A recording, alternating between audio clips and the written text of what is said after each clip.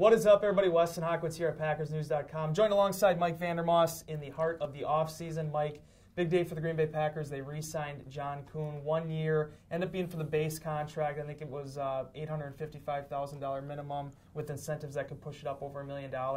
I thought you put it perfectly this week in the column that you said you really can look at Packer players and their free agents basically at 3 tiers. The guys that are willing to go out and do everything to re-sign, like Sam Shields.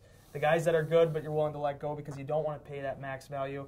And then you got guys like Kuhn, who, yeah, I mean, it was a less urgent role player, but at the same time, it was a guy that came in at the right price. Well, yeah, Wes, you know, the Packers, you can really tell a lot about what they think of their players in free agency. That's my opinion anyway, and maybe Mike McCarthy, Ted Thompson will disagree. But Sam Shields, I mean, they moved heaven and earth to sign him. They paid him $9 million a year. It's a lot of money for a guy who you might say maybe hasn't earned quite that much yet, but they knew they needed him.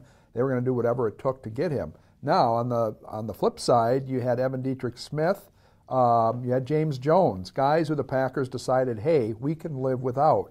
They were decent players for the Packers. They contributed, but they determined, hey, we can do better. So they let them walk in free agency. Then you've got guys like John Kuhn, and I would put Matt Flynn in this category, where the Packers will take them back if the price is right. Now, John Kuhn accepted a significant pay cut. He's going to make about $1 million, I think you reported, yeah, Wes. About $1.5 million less, I think, from last year. Yeah, because last year he was $2.5 million. So, yeah, Kuhn is going to play for the Packers, but it's going to be at less than half of his salary, and that's just the way the market is. And, of course, Wes, the best part, I saw this on Twitter, for some Packer fans anyway, is that they'll be able to yell the famous chant whenever John comes into the game. I'll let you do it if you'd like. I liked how you got away from having to say it, too. You throw it off onto me, right. But, yeah, no, exactly. And the one guy I want to go back on really quickly, because you touched on it a lot in your column, was James Jones.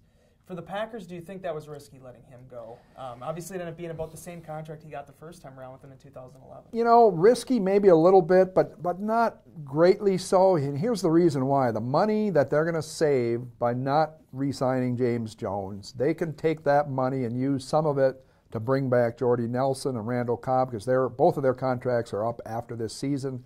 They want those guys back. Aaron Rodgers needs weapons, obviously, and those 2 guys are his 2 biggest targets. So they're going to take that money in order to bring them back.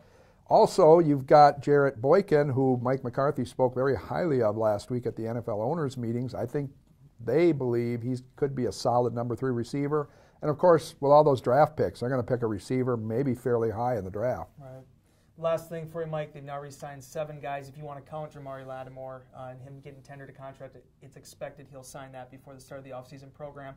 John Kuhn, how important was that to have him back? I know obviously you can talk about the phasing out of the fullback position that's happened in the NFL, but outside of Aaron Rodgers probably knows about as much about the playbook as anyone else on the roster. You know, Mike McCarthy really likes John Kuhn. I mean, he just talks so highly of him. I think his locker room presence, that veteran leadership, his ability to be able to help the younger guys, bring them along, and on the field, you know, he still contributes. I mean, not in a great way, but, you know, Mike McCarthy wants a solid running game this year. They're going to get that with Eddie Lacy, James Starks.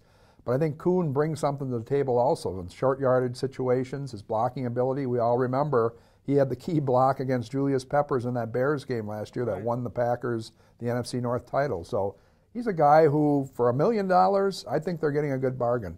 All right, if you haven't checked it out yet, check out Mike's column on PackersNews.com.